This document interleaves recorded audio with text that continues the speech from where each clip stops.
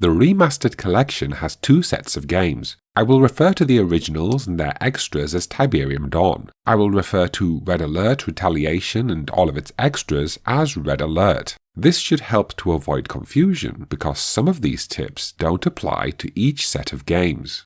You can sell your vehicles. If you place a vehicle on a repair pad and then go over here and click the sell icon, hover it over the vehicle and it will turn green. You can now sell that vehicle. The same is true on any buildings that house aircraft. The sell icon goes green, and if you click around a little, you will find that sweet spot where it allows you to sell your vehicle. It's very fiddly to actually get it to work and for the vehicle to sell. You have to press the sell button around the edge of the vehicle to get it to work. I'm trying it here with a Nod tank in Tiberium Dawn, and you can see I have to test by clicking around the edges to get the tank to sell. Since you can sell vehicles, there's nothing stopping you from rush building a bunch of harvesters during the start of the game and gathering up as much ore as you can, and then selling your harvesters later when ore supplies are depleted and you are running low on cash. Guard mode should be renamed Aggressive mode. You press the letter G to put your units into guard mode. This doesn't make them protect an item, unit or structure, it simply increases their aggravation range, what is commonly called their aggro range. I've put this unit here and as you can see, it isn't shooting at the enemy thieves. Now I put this unit further away, but while having the unit selected, I press the letter G. You can now see that this unit actively seeks out the enemy in a far more aggressive manner and from a further distance away. To demonstrate it in Red Alert, see how the enemy has to be right on top of my troops before they start shooting back, and in the process my units take some damage. In this example, I select the units and I put them in guard mode. When the enemy approaches, my troops run out and destroy them before they even have a chance to get a shot off. My units, as a result, take no damage. The various uses of force fire. Hold Ctrl and right-click to force fire, which is good for taking out bridges in Red Alert. You can even use it with the nuclear truck so that it detonates exactly where you wish. Even here, the submarines surface and reveal themselves. When they dive, you can still force fire on their location, which forces them to resurface so that you can attack them. Here, I use force fire to destroy this tree with a V2 rocket. Here I have a mammoth tank force fire at a tree until it is destroyed. Destroying trees also works in Command Conquer Original, aka Tiberium Dawn. Here I used force fire with rocket infantry. There are some trees that cannot be destroyed in both the campaign map and on the skirmish maps. In this Red Alert level, using force fire to destroy the tree is the only way to get this box. How to use force move more effectively.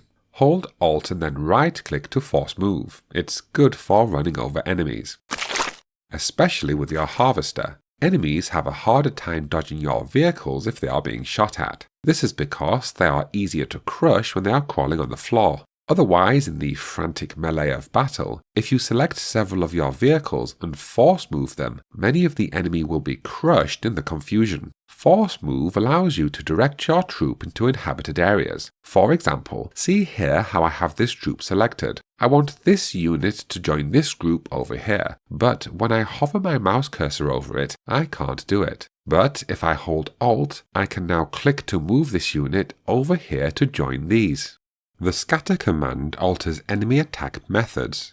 Here is a group of infantry all bunched together so that their firepower is at its most efficient. When the tanks arrive to attack, notice how their primary battle tactic is to squash my units. Here is the exact same scenario, but I use the X button to scatter my troops.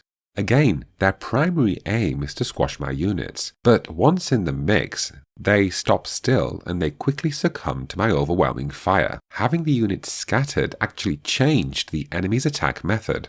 Creating waypoints to kite the enemy. This is for Red Alert and its offshoots, Retaliation and such. All you do is you hold down the Q button, the letter Q, you hold it down and then you right-click on several locations and these become waypoints.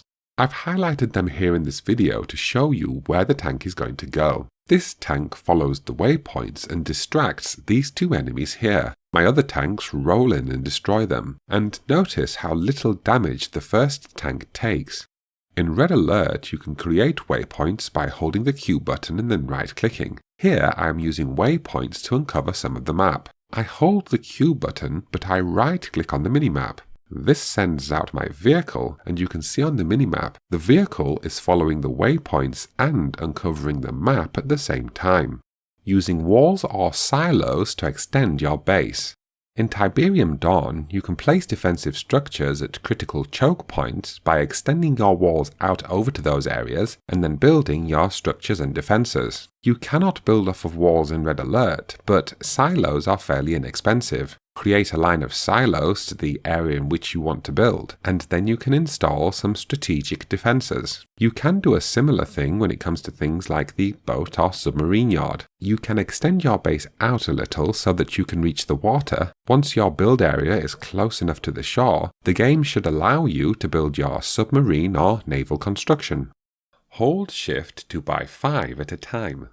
Left-click on something to add it to the queue one at a time, or hold Shift and then left-click to add things 5 at a time. Press right-click to put the construction on hold. Keep pressing right-click to lower the number in the queue by 1. You can also hold Shift and then right-click, and that will lower the queue by decrements of 5. It's a good idea to sell a building before it's destroyed or it's captured. Shift S is the hotkey for selling. Shift R is the hotkey for repair. These are handy hotkeys to know because typically you need to use them quickly. How to select and use bookmarks. If you do use hotkeys, then the H button will skip you back home. I will just try it again up here. Press the H button and back to home base. You can also set up location bookmarks too. For example, here is the enemy base. I hold down Ctrl and I press F1. After doing this, if I press F1, the screen jumps back to the enemy base. I press H and it jumps back to my base, and so forth.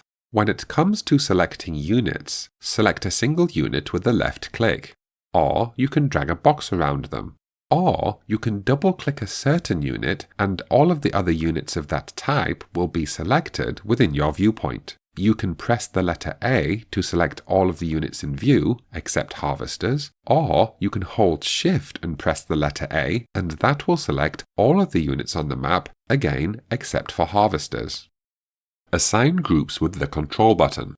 You can assign control groups by selecting your units, holding Control and pressing a number between 1 and 9. Use groups to give yourself a little more tactical control, such as which units fire at which enemies, and which vehicles stay back and use their long-distance range. Don't forget, when you use groups, you press the number once to select them, or double-press the number to jump to wherever that group is located.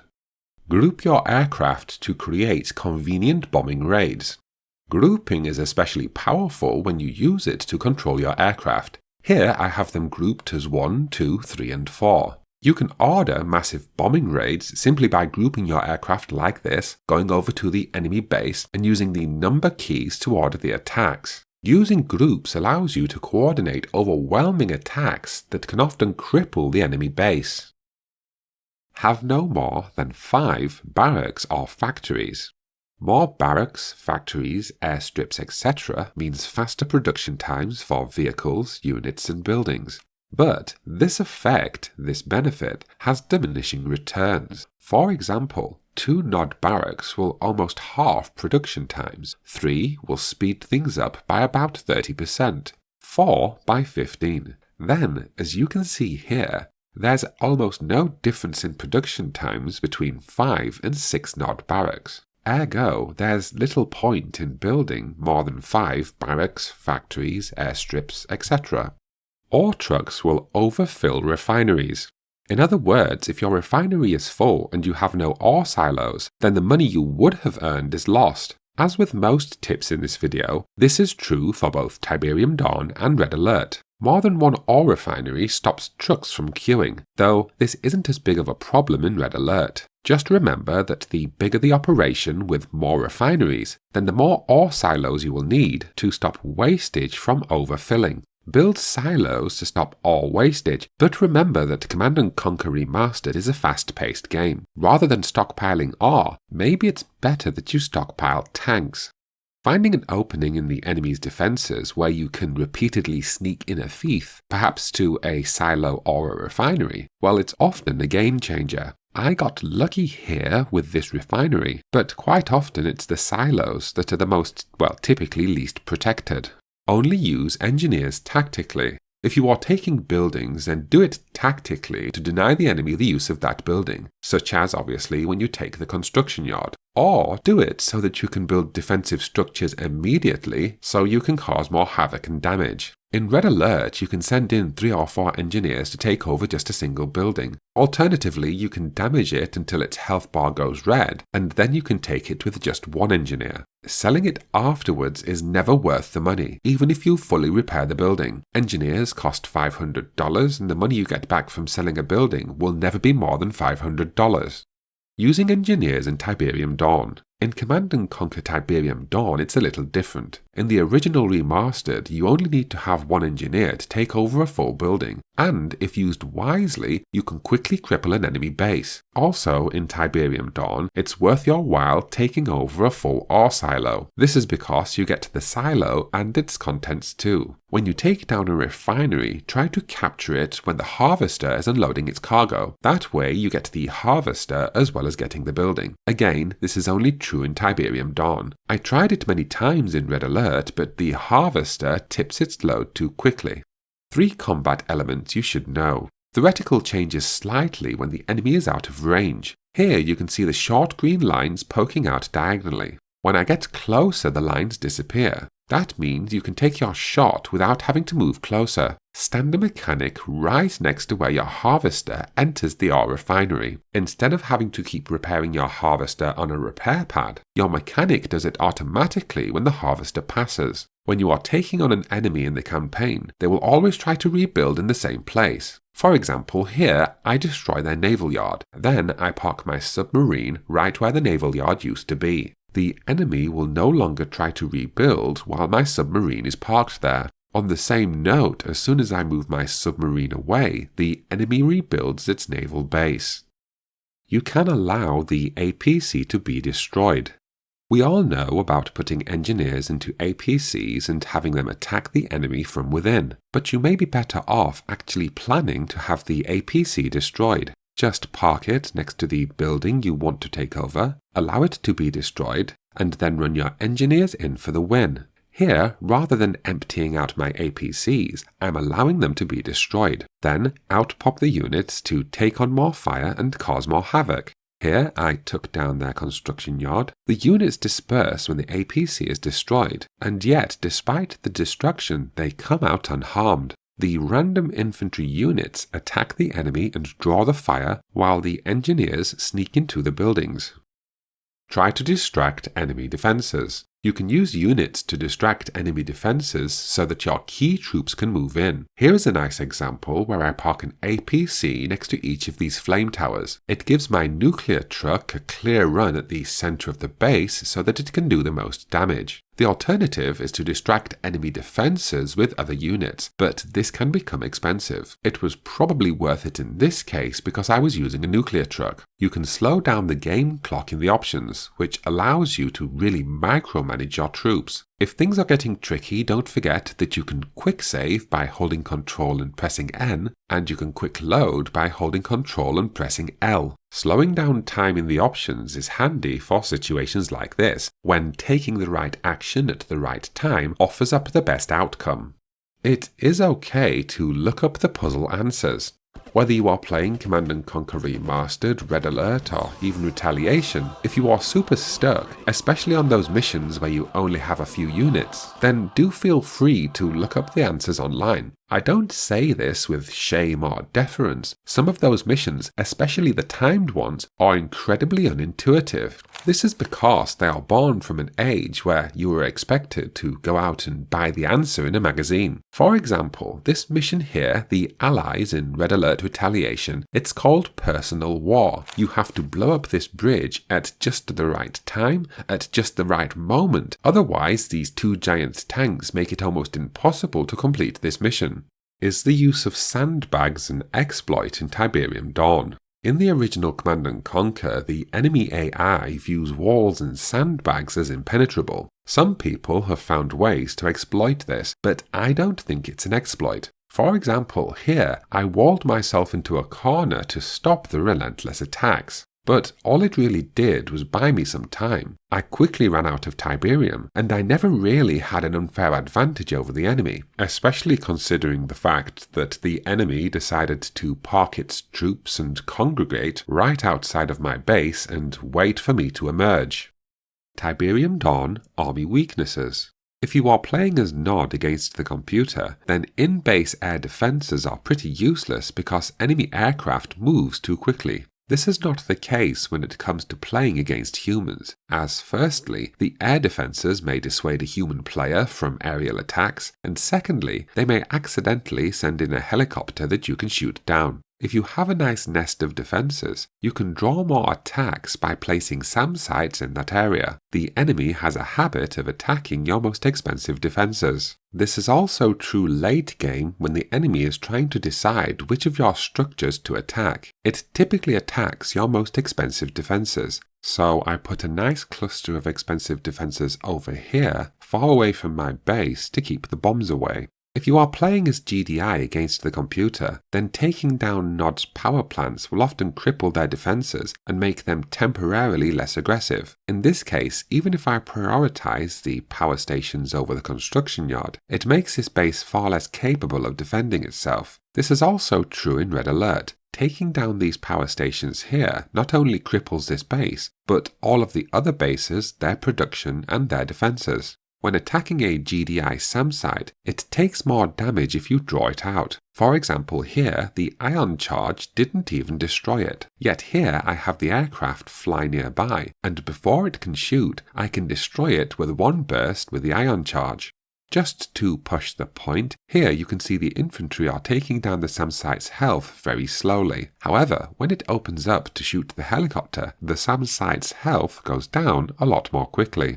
Tiberium Dawn missions have fewer solutions. With Command & Conquer Tiberium Dawn, the mission levels are a lot more like puzzles when compared to modern real-time strategy games. This often means that there's a certain method to beating each mission. Red Alert is similar, but often not as restrictive. With Red Alert, you typically have a little more leeway, especially during the base-building missions, by which I mean there's sometimes maybe even 3 or 4 ways that you can beat a level. The point being that if you are struggling with Tiberium Dawn missions, then there's probably a trick or solution that you're missing. I made mention of it earlier, but Tiberium Dawn is a game from an era when we were almost expected to go out and buy a magazine that contained the solution to some of the trickier problems. And again, as I said earlier, if you are really struggling with one of the levels, there's nothing wrong with looking up the solution. Congregate troops before a large base assault. If you are planning a big assault, you are better off gathering your troops very close to the base before you conduct your attack. This is because the pathing mechanics used in Tiberium Dawn will try to avoid blockages and stalling. In this game's view, it's better that your units take a very different and very long path around, rather than risk your units bunching up and getting stuck. As a result, your units may end up taking some very odd routes, typically resulting in them spreading out, ergo reducing their mass attack shock value. Build up your forces and park them very near the base. Then send off a vehicle or two to harass the enemy harvester. After the enemy troops leave the base, order your base assault. Turn down the game speed so that you can really micromanage your units and catch those that are trying to run off in the wrong direction. Human players will try to be as efficient as possible. The hardcore online players are going to rush the setup of their base. To help them, they go into options and then into bindings, and then they set up hotkeys for the different buildings, and then they memorize those keys for a quicker setup at the start of a match. If you wish, you can just memorize the default settings. However, competitive players will come up with their own, some that they find a little more convenient, especially when it comes to how they press them on the keyboard and their location. They set their own, memorize them, and in that way it gives them a speedy edge during online play. The repair hotkey is very valuable. Many online players change it from the default Shift-R to something a little more convenient. Learning the hotkey means that you don't have to click over here on the spanner and then all the way back again. Take out human-controlled power stations. Power stations are some of the easiest buildings to destroy. People who play campaign games will often learn certain habits that you can anticipate when you play them online. For example, during campaigns, people will typically put their power stations and their radar buildings near the back. They'll put factories and barracks near the front. If during an online game, if the other player is using energy-consuming defenses, all you need do is run around the back of their base and take out their power. You yourself, when playing online, should consider spreading your power plants out. You can do this just in case the other player tries to rush in and destroy all of your power with just one big hit. Allied light tanks are okay against human players. You see, the Allied light tank is only marginally cheaper than the heavy tank in Red Alert, so it really doesn't seem worth building. However, light tanks take less time to create, and they move more quickly. This means that a small group of them can easily crush a big group of infantry units. In certain missions and against human players, they may be worth your while, at least up until the human player's base becomes a little more heavily defended.